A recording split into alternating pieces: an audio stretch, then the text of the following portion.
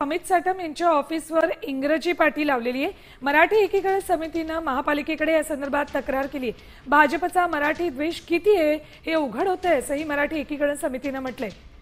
भाजपचे मुंबई अध्यक्ष अमित साटम यांच्या कार्यालयावर इंग्रजी पाटी लावलेली आहे। त्या पाटीवरून मराठी एकीकरण समितीने या संदर्भात तक्रार केलेली आहे। भाजपच्या ऑफिसवर इंग्रजीमध्ये पाटी लिहिलेली आहे। अमित साटम यांच्या ऑफिसची पाटी आहे, ती इंग्रजीत लिहिली आहे। त्यामुळे महापालिकेकडे मराठी एकीकरण समितीने तक्रार केली आहे आणि भाजपचं हेच का मराठी प्रेम असा सवालही उपस्थित केलाय। मराठी एकीकरण समिती आता आक्रमक झाली आहे, कारण भाजपच्या मुंबई अध्यक्षांच्याच कार्यालयाबाहेर इंग्रजीत पाटी लिहिली आहे। अपडेट्स घेऊयात आमचे प्रतिनिधी संजय गडदे यांच्याकडून। संजय, मुंबई अध्यक्षांच्याच कार्यालयावर इंग्रजीमध्ये पाटी दिसते, काय नेमकं मराठी एकीकरण समितीचा आता स्टँड असेल?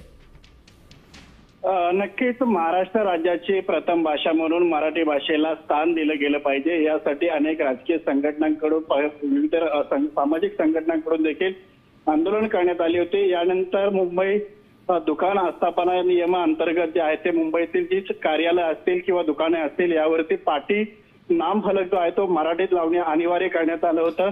इंग्रजीला देखील त्या ठिकाणी स्थान होतं, मात्र मराठी अक्षरही मोठी असणे अपेक्षित होतं। मात्र मुंबईचे जे भाजप अध्यक्ष आहेत अमित साटम यांच्या कार्यालयाचा जो फलक आहे तो हा फक्त इंग्रजी भाषेमध्ये असल्याचं या ठिकाणी दिसून येते आणि यावरच आता मराठी एकीकरण समितीचे गोवर्धन देशमुख यांनी आक्षेप घेतलेला। या संदर्भात त्यांनी मुंबई महानगरपालिकेकडे तक्रार देखील केलेली आहे। वास्तविक पाहता पालिकेकडून अशा मराठी भाषेला डावलल्या जाणाऱ्या आस्थापनांवरती कारवाई केली जाते। साधारणपणे 2000 इतका दंड देखील आकारला जातो। मात्र इकडे सत्ताधाऱ्यांच्याच अशा पद्धतीच्या इंग्रजी पाट्या पालिकेला दिसत नाहीत का असा सवाल उपस्थित होतोय। संजय, धन्यवाद संपूर्ण माहितीसाठी। तर मराठी एकीकरण समिती आता या प्रकरणी आक्रमक झालेली आहे।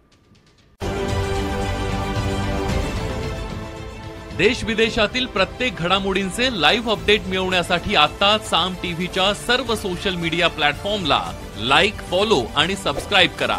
तसंच सर्व नोटिफिकेशनसाठी बेल आयकॉन प्रेस करायला विसरू नका।